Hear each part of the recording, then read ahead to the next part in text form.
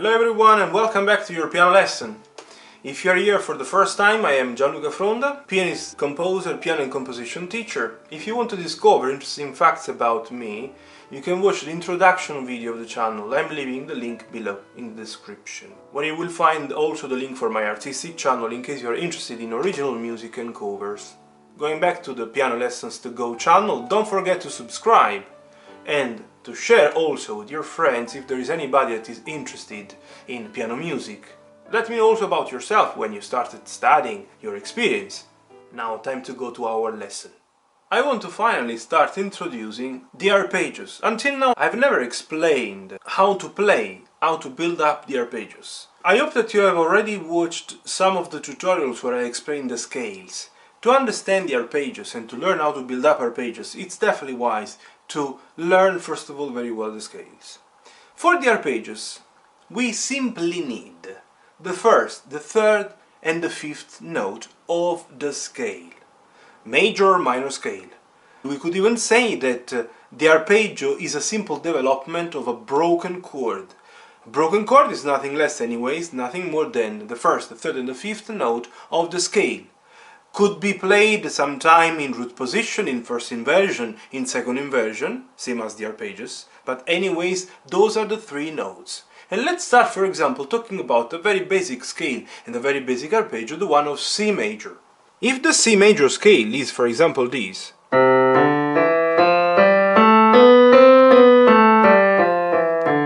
it's more than enough one octave. For the arpeggio, we need, what did I say, the first, the third and the fifth note. 1, 2, skip 2, 3, 4 and 5. In this way you also build up the chords. We will talk about the chords in the future.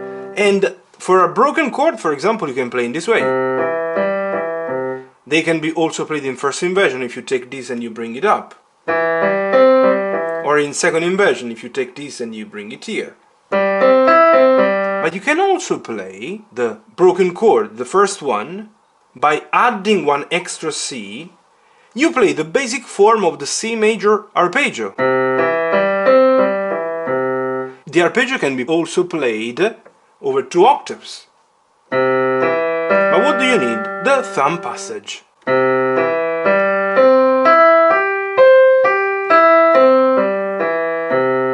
So, to simply keep in mind that the notes that you need for the arpeggio are the first, the third and the fifth. The arpeggio is a simple elaboration of a basic broken chord. Broken because you play the chord.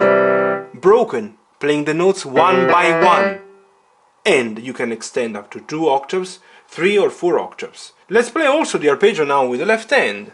For example, 1 octave would be this one. For the 2 octaves arpeggio, you would need to cross over the thumb with a fourth. Before proceeding with the 2 octaves arpeggio, C major arpeggio hands together, I want to say something. I want to talk about the fingers needed. Let's focus one second on the right. When I play the arpeggio with the right hand, you have noticed that I've done 1, 2, 3 and 5 and then went back. Or when I play 2 octaves, I've done 1, 2, 3, thumb passage, again 1, 2, 3. Indeed, these are the only 3 fingers that you need, plus the little one when you end. If you want to play 1 octave, use it immediately at the end. 2 octaves, thumb passage, again 1, 2, 3, and then 5 at the end. And so on if you want to extend. So the fingers that you will need are 1, 2 and 3. You will discover in the following lessons that 1, 2, 3 for the right is the fingering needed for many arpeggios. Regarding the left, pay attention. This is what I teach everybody. You need obviously little finger to start. Then we have an option for the second note of the arpeggio, that in this case is the E, the third of the scale, and second note of the arpeggio. We might use either the fourth or the third. What I like to suggest my students is to use the fourth when in between the first note and the second note we have just one white key.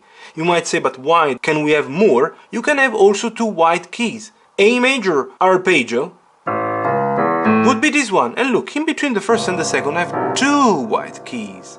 It happened also in the case of the D major. Look, two white keys in between them. That's why when we have one white key, use the fourth. In this way, if you use the fourth, the third is gone. It's not needed at all. It's out of the game. For the third note, you always need the second. And we can easily say now that the fingers that you need for the left are 5, 4, 2, and the thumb obviously needed to either to end or to restart. And 2 octaves arpeggio with the left indeed is exactly 5, 4, 2, 1, 4, 2, 1. The third is optional. When you will use the third, you won't be using the fourth. But we will develop step by step all these concepts. Now, just to show you, 1 octave ends together, C major arpeggio 1 octave ends together, and C major arpeggio 2 octaves ends together.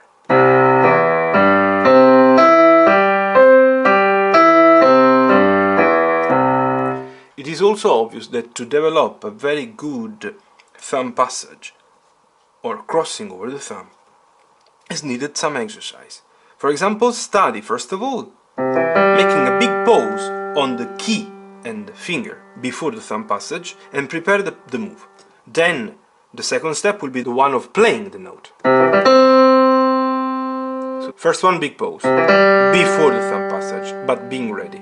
The second stage would be the one where you play the note and you pause. Same story when you have to do the opposite. The crossing over the thumb. First of all, pause on the thumb and prepare the action, and then you can move. And you pause anyways, to learn very well the move. So this is a simple introduction, where anyways I've explained pretty much. This concept will be developed step by step. Obviously, feel free to comment to let me know what you think. If you need any other explanation regarding the arpeggio that probably I missed, I forgot to mention, and see you in the next one. If it's the first time you're landing on my channel thanks to this video, don't forget to subscribe, and see you in the next one. All the best.